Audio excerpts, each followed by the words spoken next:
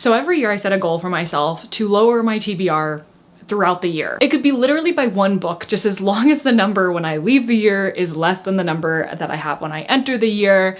I'm good, I'm happy. It has been actually 5 years on YouTube, literally to the day. As I'm filming this, I've been on YouTube for 5 years, which is crazy. But for all of those 5 years, I have never successfully done this. I have always gained about 10 books over the course of the entire year, which isn't terrible, but it's still not good either. And I can't just keep going on this route. So I do have plans for videos to read down my TBR, but before I even did that, I wanted to do this video, which is to do a try a chapter for the books that I'm less sure that I actually want to read, unhaul the ones that I don't feel good about, and then get that number down a little bit just as some motivation to get this whole thing started. Hi, my name is Sarah Freshly, and welcome back to Freshly Read Books. I particularly have a problem when it comes to little libraries. You'll notice that a lot of the books that I'm going to be reading today come from little libraries. I will say I also put a lot of books into little libraries, far more than I could ever take out. But anytime I see a book by like an author that I've read before, even if it was just kind of like a, 3 to 4 star book, or a book that I've heard of before by some author or whatever, like anytime that happens, I'm like, I should probably pick that up. And I think that maybe every once in a while I should do this, where I have all the books that I collected from those and do this try a chapter. So there's gonna be quite a few of those. There's also gonna be quite a few of just like random other ones. But I think it's time that I go through my bookshelf and try to figure out which ones I want to include. So if you're unfamiliar with my bookshelf, how I organize it, these shelves right here are all my TBR. The ones below that are the books that I've already read this year, the ones you can't even see. And then the ones on the top are books that I have read, not this year, but at some point, and have decided to keep. So basically at the end of the year, I go through all of the books that I have read for that year that I own a copy of, and I decide whether or not I want to keep them or pass them along to another reader, often through little libraries. So I'm gonna go through these shelves here and decide which books I want to read for this try a chapter. I should say nothing's gonna come from this God. Nothing specifically is going to come from this area here, because this is my TBR spin stack, and then some books from my 25 books to read in 2025 list, and also usually my monthly TBR, but that's kind of a mess right now. But I know I want to read all of these books, so none of those are up for grabs. So it's really just 1, 2, 3, 4, 5. Cool. Baby, baby, baby, it's plain to see that I get starstruck in your company. It's taken a year, but you don't understand.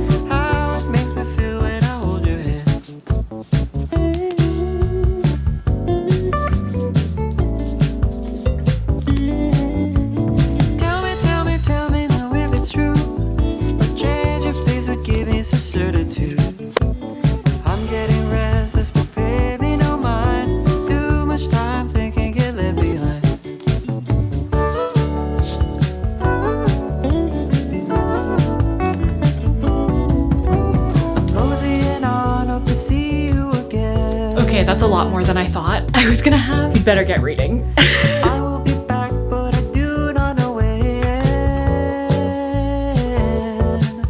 Hope to see you in Paris, New York, or the Bay. We're getting your hopes up. Mixed Signals is the third book in the Lovelight Farms Quartet, which is a group of small-town romance books. This one's about Layla, who is a bakery owner that's tired of disappointing dates, and she ends up agreeing to a no-strings 1-month dating experiment with Caleb, who is this guy that's determined to restore her faith in love. It starts as a casual arrangement, but it turns out that they do have chemistry, which of course challenges their plans and their feelings. Okay, so I just finished the first chapter of B.K. Borrison's Mixed Signals, and this one was really on the list because I had read the first 2 books. This is the third book in like a series, I guess. They're technically standalones, like you could read them separately, but it's like the way that romance books do series, where you see couples from previous ones and things like that. So I've known this character for 2 books now, our main character for this one, Layla.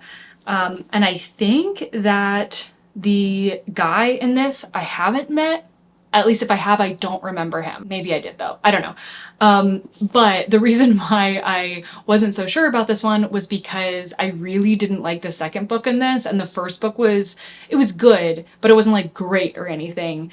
So I didn't have like a great track record with this series so far. But this one starts with Layla being on a first date, and I believe she's been on like a string of bad first dates recently, and like immediately it is hilarious because it is a bad first date. One of the first sentences, he picked me up 45 minutes late, berated the waitstaff as soon as we got here, took 2 shots of, and I quote, the cheapest bourbon available, and then promptly ordered a steak without bothering to ask what I would like. And it's like so awful right away. He tells her basically that she's prettier than he thought she would be based off of her profile, and then looks down at her neckline and says, I had no idea you were hiding all that. Your profile picture doesn't do you justice. So PK Borrison did a great job of showing that that was a terrible date immediately. And I think it reminded me that I do like her writing. I think it was really the characters from the second book that I didn't like. So I'm gonna keep this one. This is not an unhaul. Pretty happy about it. I think that I can probably read not as much if it's a book that I like immediately get along with. Oh, I just realized I missed one that I wanted to add. I meant to add the women to this stack, but I kind of totally forgot about it. And I guess that'll be the next book I'm reading. But anyways, this one is a keep.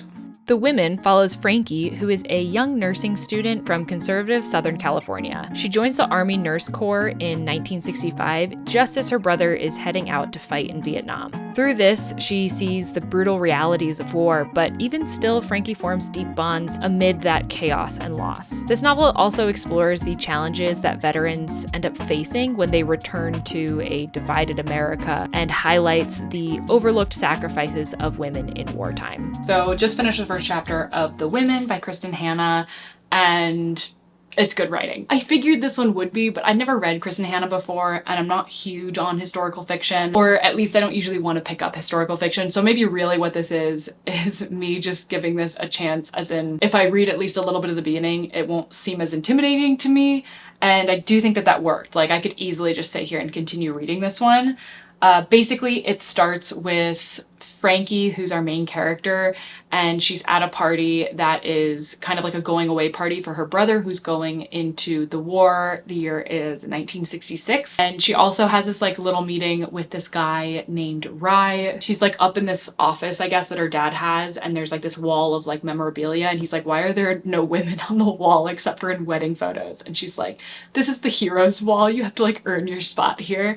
And he's like, well, women can be heroes. And she like actually laughs at him. So I'm sure that there will be a big like arc that she ends up doing. But another success, this one is staying on the shelves. Red Mars is a science fiction novel set in 2026 that follows a group of 100 colonists that are tasked with terraforming Mars. The story details their efforts to alter the planet's environment using advanced technology, while also navigating political power struggles, ethical dilemmas, and interpersonal conflicts. It examines the challenges of large-scale environmental engineering, the drive for human expansion, and the social dynamics that emerge in a new and hostile world.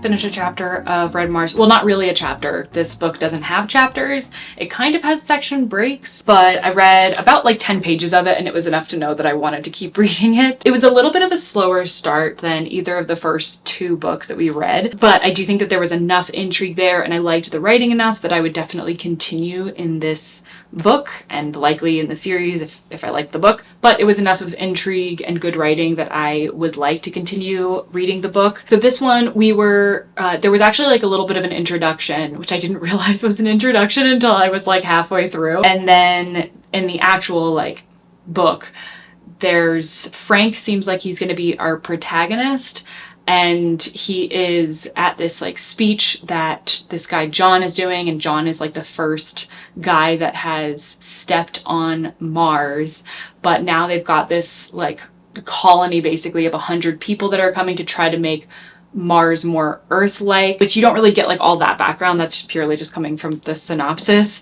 So I'm assuming that the crowd that's there is the 100 people. And Frank also gets up and he does a little bit of a speech, and you can tell that he's like not loving the kind of spin that they have to put on this thing, but the crowd is like eating it up. And then also it seems like there might be a touch of like unrest between, like he overhears this conversation just after his speech that seems like maybe there's some people with some differing opinions that are here. That's really like all I got, but it was enough. It was enough that I know that I want to read this one. I feel like maybe it'd be better if you could see the books that I'm keeping as well. Okay, now you can kind of see them over there. All right, next up is Counterweight. Counterweight is a sci-fi thriller set on this technologically advanced island owned by a powerful corporation, where a mysterious satellite launch sparks unrest. As tensions rise, a security specialist investigates a strange incident, uncovering secrets that blur the line between technology, power, and human identity. So this book is meant to explore themes of surveillance, corporate control, and also just the cost of progress. So I read quite a bit of Counterweight actually, because there was like an introduction from Anton Hur, the translator, who I did want to like read that from, because I've read two things that Anton Hur has translated in the past. One of them was just okay, and one of them I really loved. That's Cursed Bunny by Borrison. But I don't know about this one. So I read that by him, which actually that made me way more interested in the story than even like the back of the book did. So then I was like, all right, let's do this. And I read the prologue, which was pretty interesting. I had a little bit of a hard time following what was happening, but for the most part, I kind of understood it. And I was like, okay, this could be good. And then the first chapter, which is called Hummingbird Attack, I had a really hard time following what was happening, and I didn't love the writing. And I was already so on the fence about this one. This one was sent to me unsolicited, which honestly, I do usually read those ones anyway, because a free book's a free book. But I think if I'm already like not that excited about this one, then it's okay to pass it along. So this is officially my first unhaul of this video. I think I will still put it in the same stack though, because I think it'll be satisfying to watch that stack grow and the other stack shrink. Up next, Boy Parts by Eliza Clark. Boy Parts follows Irina, who is a photographer that obsessively captures explicit images of ordinary men that she convinces to model for her. But when offered a gallery exhibition in London, she faces a chance to revive her stalled career, but then spirals into self-destructive behavior fueled by addiction and complicated relationships. This novel is meant to explore themes of obsession, creativity, and the struggle for redemption.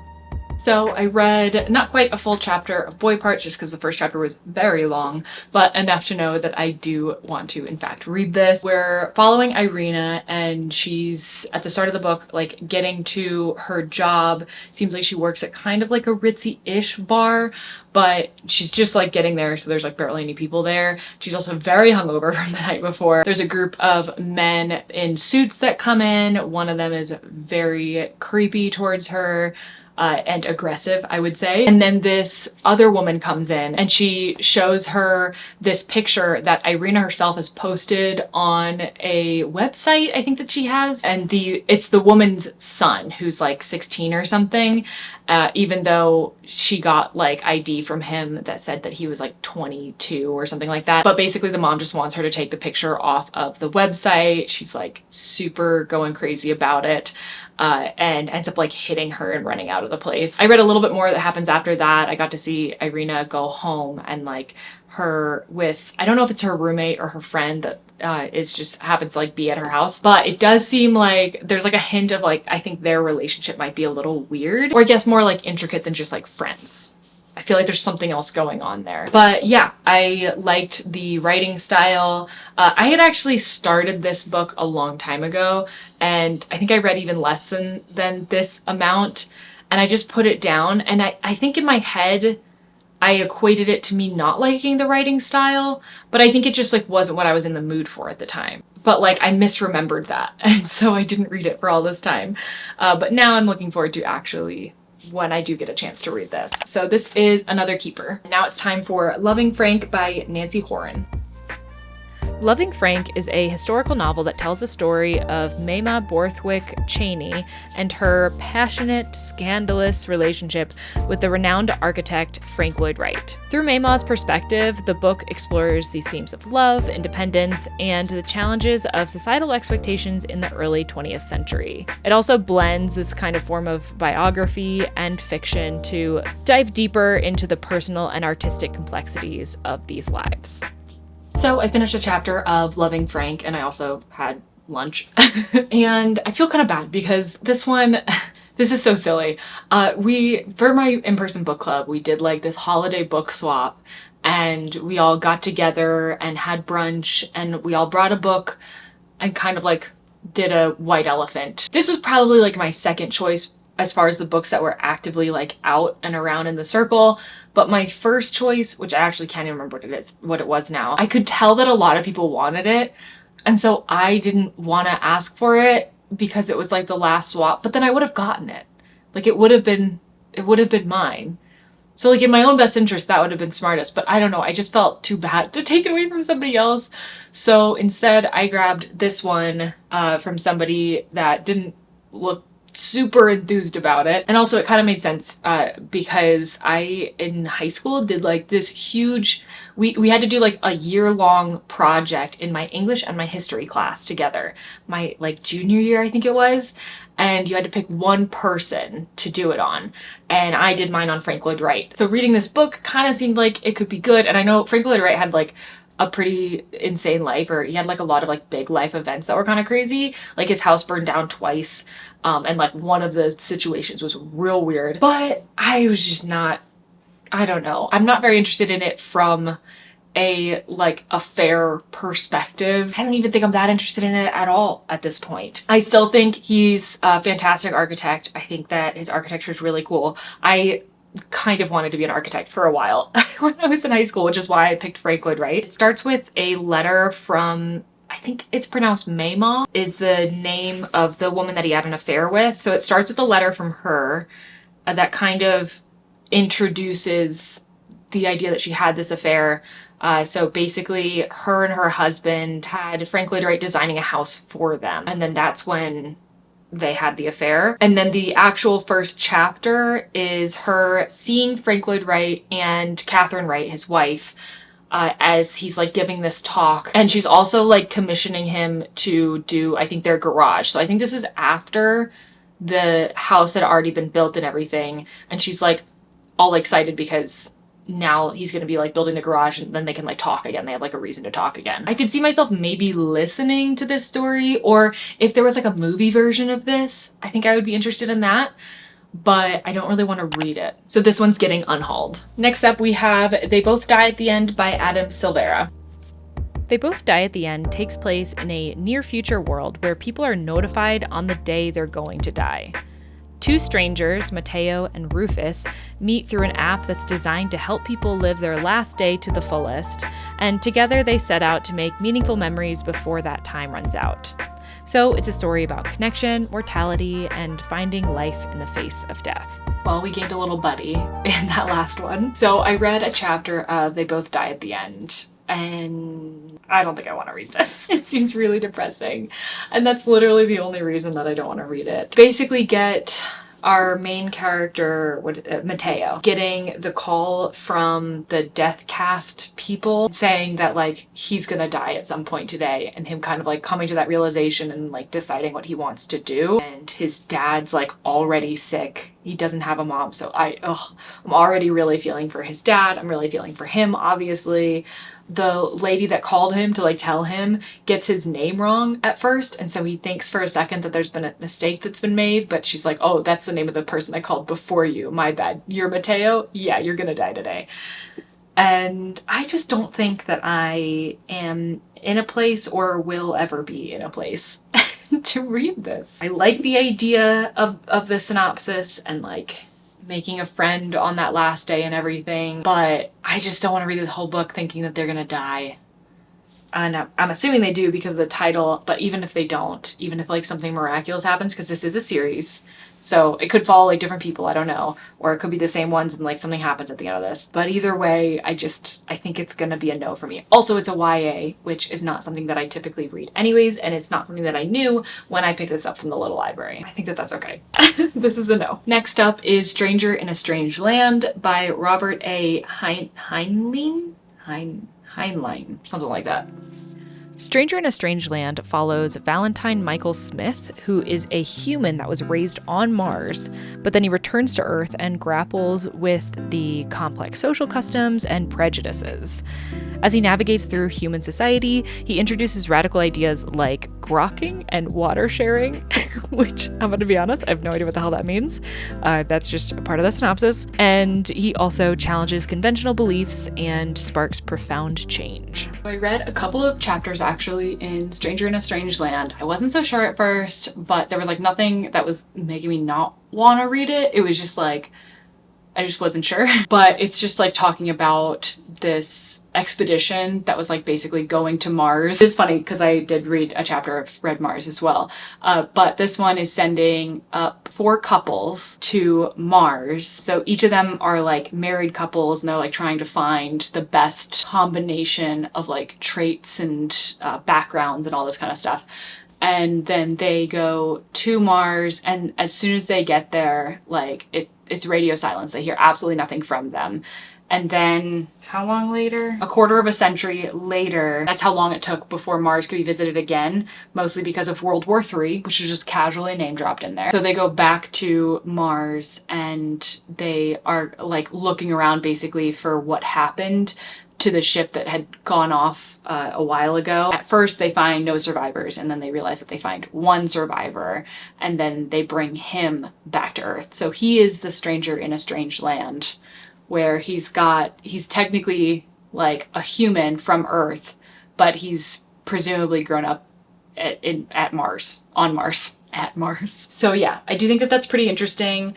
I am a little bit worried just because of the time period that this one was written in, but I think it would be fun nonetheless. So this is a keep. I'm so close to the second stack being taller than the first stack. And actually, now that I'm taking this one off of there, it technically is. So next up is The Spanish Love Deception by Elena Armas. The Spanish Love Deception follows Catalina, also referred to as Lena, who desperately needs a date to her sister's wedding to cover up a white lie about having an American boyfriend. With only 4 weeks to find someone willing to fly from New York to Spain and help maintain the ruse, she reluctantly enlists her tall, handsome, and insufferable colleague, Aaron Blackford. As the wedding approaches, Catalina discovers Aaron might be less terrible than she thought, sparking unexpected chemistry amid the chaos of family and deception. So I didn't even do a full chapter of The Spanish Love Deception. I knew that I was in right away when I was thinking to myself, maybe I'll read this book next. This is so fun. And you know what's funny? I haven't even been in a mood for romance, and I've been kind of kicking myself because obviously like the weather's warming up. This time last year I read through all of Emily Henry's books and did that video. I remember because it happened the first day the pool opened, and now the pool here has been open for like 2 weeks and I still have yet to want to read a romance book. But reading the first little bit of this, I was like, okay, yeah, I remember this feeling. This is fun. It does seem a little ridiculous, but I love that. And it actually does seem like a rom-com, not just like a romance, which is my favorite. It drops us in the middle of a scene to start us off, which is one of my favorite things for a book to do, where you kind of have to like use context clues to pick up like where we're even at. And so as you're like reading through the first chapter, you realize that Catalina, or Lena as she goes by, is talking to her best friend Rosie at the company that they work for. She's in Rosie's office, facing Rosie, talking to her about how she needs a date to this wedding. She's going to be maid of honor, all this stuff. And then she hears a voice behind her that she instantly recognizes as somebody else who works there. It seems kind of like an enemies to lovers type thing. And he's basically just offering to be her date. So it's also fake dating. 2 of my favorite tropes. And the way that interaction goes down is honestly hilarious. Like, she was a little bit annoying, but I'm sure that there's some like backstory as to why she doesn't like this guy, or why it's unbelievable that he would offer to be her date to the wedding. And also they're going to Spain for the wedding. So like there's so much about this that seems just like the most fun time and a great summer read. So I think that this is going on my next month's TBR for July, if I'm being honest. That was like such a fun start, and who knew? I'm in the mood for a romance. So obviously a keeper, you could probably guess. And now, oh, I'm so curious about what the results of this one's gonna be.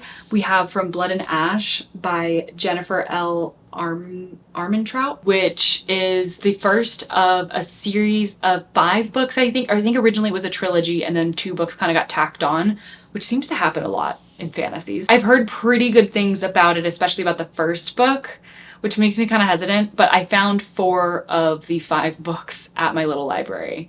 So I did in fact pick them all up. It felt really wrong, but it also felt wrong to just pick up the first one and leave the other ones without the first one. You know what I mean? So I figured that I would either read them all and put them back in there or put them all back in there. So if I'm unhauling this one, then that's actually getting 4 books off of my TBR. So the stakes couldn't be higher.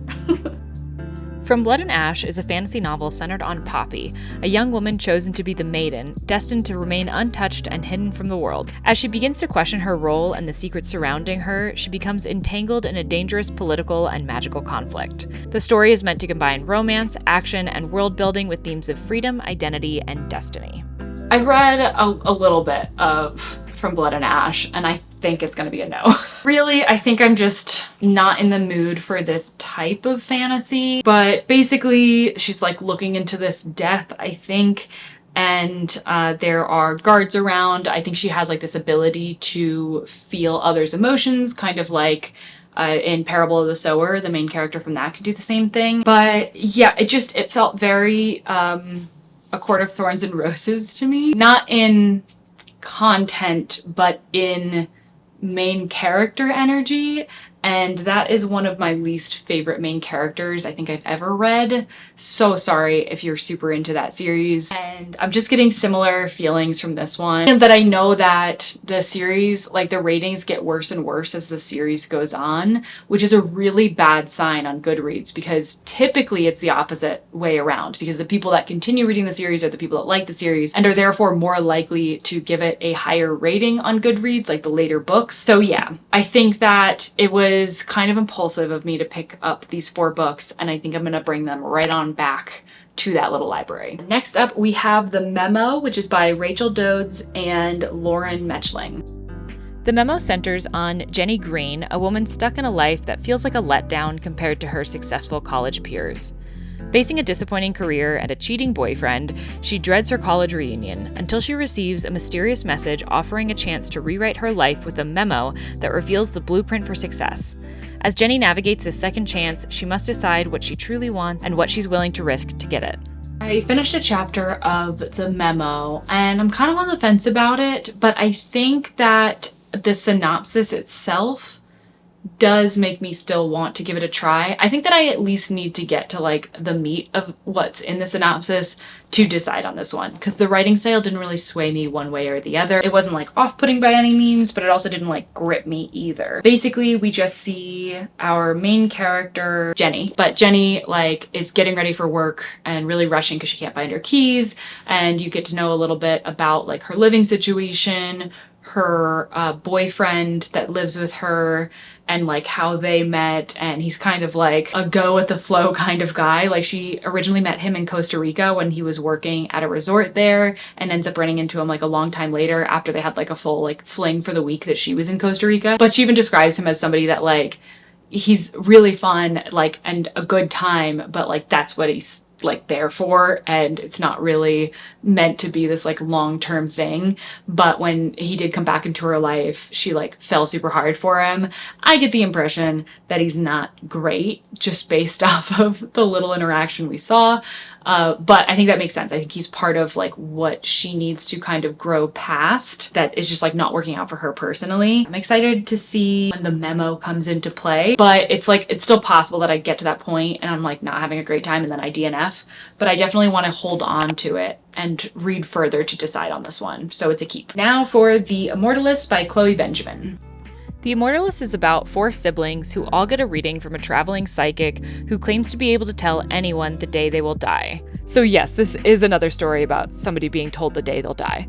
From there, the story follows each of these children over the next 5 decades. Simon ends up looking for love in San Francisco, Clara becomes a Las Vegas magician, Daniel works as an army doctor post 9/11, and Varia researches science and immortality. I read a chapter of The Immortalists. This is definitely the longest chapter that I've read because it took me like the full chapter to kind of decide because I wasn't really feeling it and I wanted to get to, it seemed like we were gonna early on get them talking to the woman that's supposed to be able to tell them when they're gonna die. And so we did, like by the end of the chapter, we get that conversation, at least between her and Varia. So we do get to see that conversation, and I do think that it's an interesting premise, but I just like, I wasn't really gelling with it. It's like something that I'm not like excited to read, and I have a lot of books that I am excited to read, so I think that this one's gonna be an unhaul for me. Okay, we have 4 left. We can do this. Next up is Lessons in Chemistry. Lessons in Chemistry follows Elizabeth Zott, a brilliant chemist in the early 1960s who faces sexism at her research institute, but captures the attention of Calvin Evans, a Nobel-nominated scientist who falls for her intellect. And then years later, as a single mother and unexpected star of a popular cooking show, Elizabeth uses her scientific approach to challenge traditional gender roles and inspire women to rethink their place in society. Okay, so super short chapter on this one, but it felt like it was enough to make a decision because I think I'm going to be keeping this one. Basically, all we see is our main character, Elizabeth, making lunch for her daughter, but like in the morning, like packing it all up and then heading off to work, where she works on like a cooking show. She's like the star of this cooking show, but actually she was a chemist and it's just now on the cooking show. But I just really liked the writing style, and I think that the main character is going to be cool, like just based off the notes that she put in her daughter's lunchbox. So I'm in for it. Next up is Less is Lost by Andrew Sean Greer. I did read the first one of this and I really liked it, but I have not had any gumption to pick up the second one. So hopefully this helps, or maybe it makes me realize that it's not for me anymore. Less is Lost follows Arthur Lest, a moderately successful novelist whose life is upended by the death of an old lover and a financial crisis. To escape his problems, Les embarks on a cross-country journey for a series of literary events, accompanied by his black pug Dolly and his camper van Rosina. Along the way, he navigates complex relationships, confronts his personal demons, and reflects on identity, love, and the stories that shape us. I indeed forgot just how much I like Andrew Sean Greer's writing. It's such a fun writing style. It reminds me a little bit of Kurt Vonnegut in that it's like kind of breaches that fourth wall barrier quite often, but only slightly so. And then also it gives that feeling that like everybody that appears in the story has some significance, even if it's not to the story itself, which is kind of a hard thing to explain. So basically Les starts out, Les is the name of our main character. His name's Arthur Les, but everybody calls him Les. It says, in the exam room, the phlebotomist, bald, Taiwanese, heavily tattooed, suffering a fresh heartbreak that has no bearing on our story, arrived with a clipboard, which he handed to Arthur Les. Like, just the fact that it's not just describing him physically, but also giving you like context to his life that you don't need for this story. But it does also bring up again later in the same like conversation. It's just, I really like those types of things. So this is a keep. We are so close now. I don't know how to say this. The Guernsey Literary and Potato Peel Pie Society by Mary Ann Schaefer and Annie Barrows. I just don't know if it's Guernsey. Is that right? I looked it up. It is pronounced Guernsey. So the Guernsey Literary and Potato Peel Society is set just after World War II, and it follows a writer named Juliet Ashton who starts exchanging letters with a group of these like quirky book lovers on the island of Guernsey. The group originally formed as a cover story during the German occupation, but through their letters, Juliet gets pulled into their world, and it sounds like she might end up finding like her next big story and writing it because of these letters. Okay, so I read a couple of the letters in this because this is told in like letters written between people rather than it being in chapters. And I don't know why I picked this up. Like, I know this about myself. I know that I'm not the type of person or the type of reader that likes books that are told through letters. I don't know why I thought that I would like this or might like this. I think I was excited because I knew that they turned this into like a movie or a TV show or something. And so that's why I grabbed it out of the little library. But it's not for me. Yeah, it's not for me. This is an unhaul. I'm sure it is wonderful if you do like that writing style though, because like there was like a part in it that made me laugh already, and I'd only read like a couple letters from it. So if that is something that you like, then you might like this book. Okay, last one up is Arsenic and Adobo by Mia P. Manansala. Arsenic and Adobo follows Lila, who returns home after a tough breakup to help save her aunt's struggling restaurant. When her ex-boyfriend, a harsh food critic, suddenly dies after a heated encounter, Lila becomes the prime suspect and must team up with her family, friends, and her loyal Dachshund to solve the mystery. And can I just say, I did not read the synopses of all of these before doing the Try It chapter, and so I am very much not under the impression that it is her ex-boyfriend that dies. So that's going to become very apparent when I talk about how I felt about the first chapter. So that is the last chapter done of this whole experiment, at least for this video. And I think we ended on a success, which is good. I wanted to end on a high note. And I didn't have a lot of faith in this book, but it does seem like fun and silly. I think that I had some bad luck with some like cozy mysteries. And so I think that like that in my head made me think that I didn't like them, but I've also had some good luck with cozy mysteries. I liked Dial A for Aunties. I've never like loved a cozy mystery, but I think that they're still like a lot of fun, and especially for like summertime reads. So I think that this could be a really good summertime book. Basically, we get to see our main character, Lila. We get like introduced to Lila, to her like situation, and she basically like starts off by saying that she's like this amalgamation of like rom-com tropes where she had moved out of her small town and to Chicago, and she had like a fiance there, but then like walked in, found him cheating on her, ends up moving back home to help her aunt out with her restaurant, and even ends up like running into her old like high school sweetheart. Although her high school sweetheart is now seemingly a jerk, at least according to her. I have a feeling that there's going to be some big misunderstanding at the center of this and that they're actually meant to be together. So I do think that there's going to be a romance in this, which usually these types of cozy mysteries I think do have. And supposedly there's going to be some dead body that comes into play. It's briefly mentioned, but it's more like a we'll get to that later type deal. So this is a keeper. Okay, and do we think I can hold this whole thing up for the camera? So these are all of the books that I read. Well, that I read a chapter from. You know, you were here. And then these are the books that I have decided to keep after trying a chapter, and these are the books I have decided to unhaul. So not bad. Getting rid of what?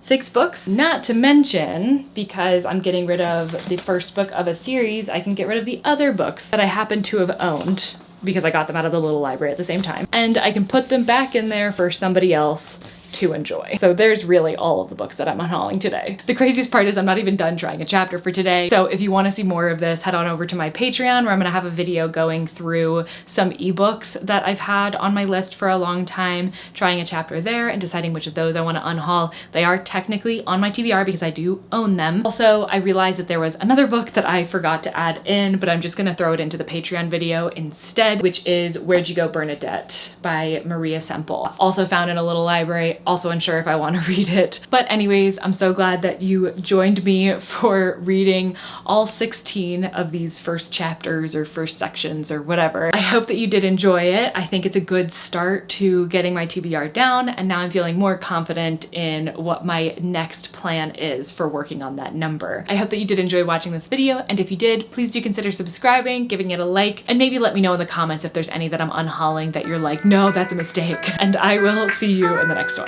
Bye.